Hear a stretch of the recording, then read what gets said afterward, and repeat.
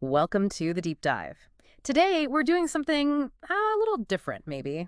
Definitely intriguing. We're essentially trying to, well, peer into the future. We're taking a deep dive into a device that doesn't exist yet, the rumored iPhone 18 Pro Max. The information we have is, well, it's fascinating, but very much based on whispers, rumors, unconfirmed stuff. Think of it like looking through a keyhole into maybe, possibly, the future of mobile tech. Exactly, and that sets up our mission today, doesn't it? We're here to sift through this preliminary info and pull out the key nuggets. So look at the specs people are talking about, the rumored features, maybe some market predictions. But the really unique thing here, and we'll keep coming back to this, is figuring out how to even approach information about a product that hasn't officially been announced.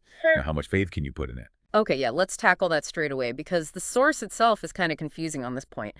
It lists the iPhone 18 Pro Max with, like, specific dates. Announced June 2025, released June 2025. But then right next to that, it says not announced yet and coming soon. So what gives? How do we square that circle? Well, and that contradiction, that's basically a giant flashing sign saying speculation ahead. It tells you immediately that those dates, June 2025, are placeholders. Maybe educated guesses, maybe just wishful thinking, the not announced yet part. That's the truth of the situation. It means everything else, all the details we're about to discuss, could change dramatically. Or, frankly, could just be wrong. It really forces you to ask, okay, how seriously can we take these very specific specs when the phone isn't even confirmed? Right, good point. Sets the stage perfectly. So, okay, with that huge grain of salt firmly in place, let's look at the physical side. Dimensions are listed 164.6 by 75.8 by 8.8 millimeters.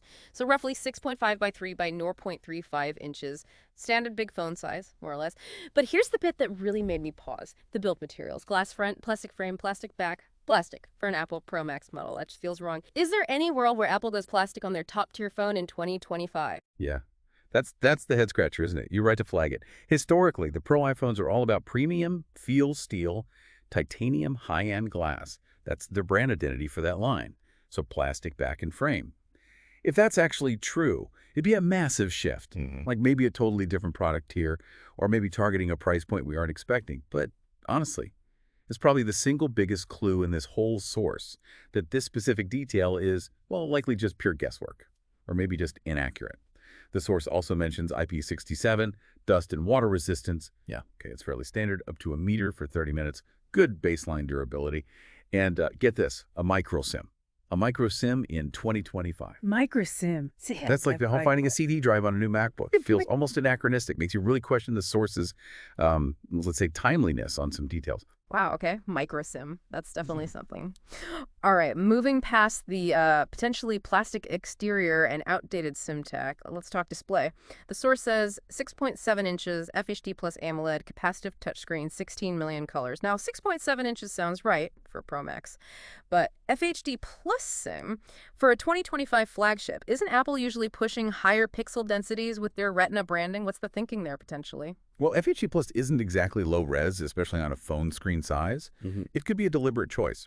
Apple often prioritizes overall experience, including battery life, over just chasing the highest spec number on paper.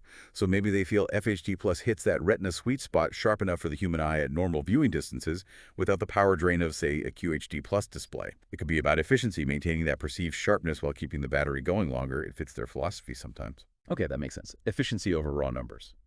And then the cameras, always a big focus for iPhones. The source mentions a triple setup on the back, 12 megapixel plus 12 megapixel plus 12 megapixel with dual LED flash and 4K video at 30 frames per second. Then up front, a 12 megapixel selfie camera with HDR. Also 4K at 30 pps and 1080p at 30 pieces. And this includes gyro EIS, which is electronic image stabilization. Right, so that triple 12MP setup, it might sound a bit dated in 2025 when Android phones are hitting, 108 or even 200 megapixels sometimes.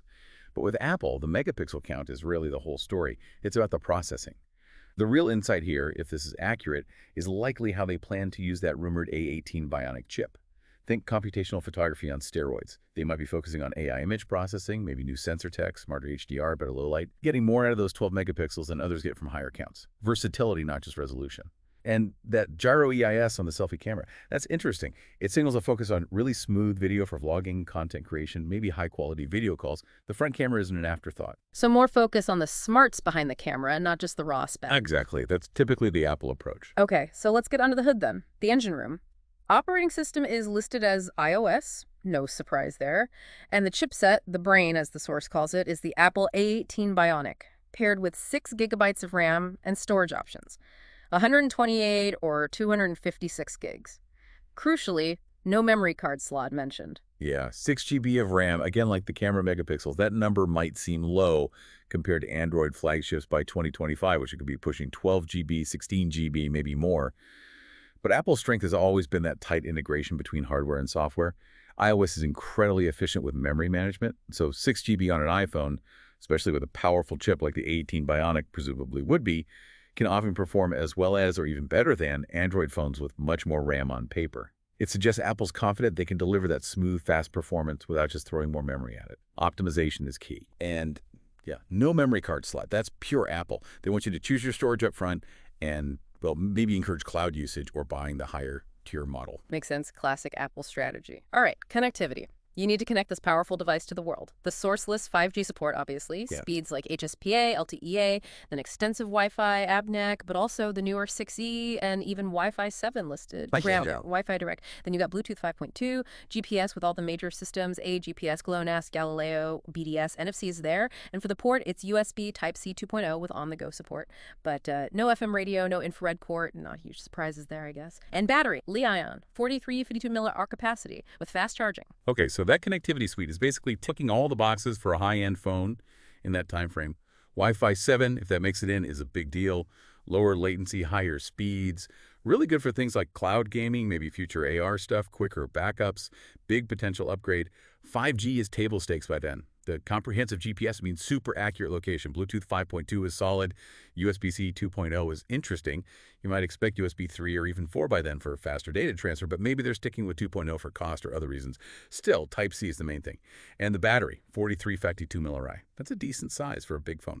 Not record-breaking, maybe, but solid. The key thing, though, like you mentioned, is the fast charging.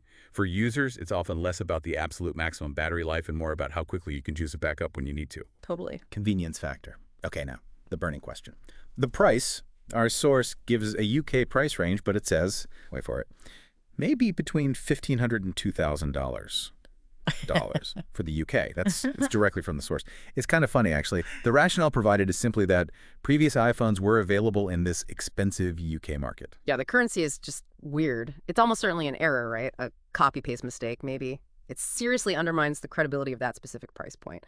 But if you squint and kind of translate that range, say 1,500 to 2,000 US dollars into pound sterling at a rough exchange rate, and you land somewhere like maybe 1,200 to 1,600 pounds, give or take, and that range actually feels plausible for a top-end Pro Max iPhone in the UK, which is notoriously expensive for Apple products. So the number might be in the ballpark, even if the currency symbol is completely wrong. Possibly, yeah. But it's a guess built on correcting an obvious error. And the source even adds a caveat that several variants could change the price. So it's very fuzzy. It does make you think, though, how do these early, sometimes flawed price rumors start setting expectations in people's minds, even if they're based on shaky data? Yeah, expectations are a tricky thing. Which brings us perfectly to the last bit, the hour rating section in the source. This is wild.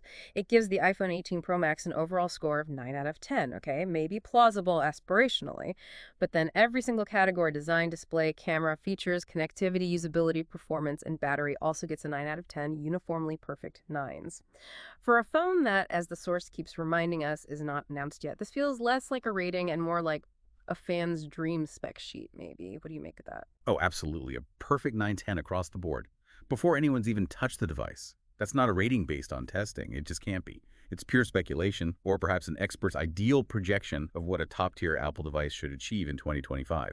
It's an expectation score, not an evaluation. It reflects a belief in Apple's potential, maybe, or just setting a very high bar based on the Pro Max name. But it's fascinating, isn't it? How these pre-release ratings can shape the narrative and build hype. It creates this image of perfection before the product even exists, which can be, well, a double-edged sword later on. Definitely sets a high bar. So, all right, we've dug through the rumors, the specs, the questionable details like plastic backs and micro SIMs. We've looked at the performance potential, the connectivity, the odd price predictions, and these aspirational ratings for the supposed iPhone 18 Pro Max. It's really been a glimpse into a device that's currently more idea than reality. It really has. And it leaves us with a thought, maybe for you listening, as we get more and more of this pre-release information, these detailed leaks and rumors, how do we navigate that? How do you, as someone interested in tech, sort the exciting possibilities from the likely exaggerations or just plain errors? And maybe more importantly, how does seeing the potential of these future devices, sometimes months or even years in advance, shape what we expect and demand from the technology that eventually arrives? Does it change how we feel about the devices we actually get? Something to think about.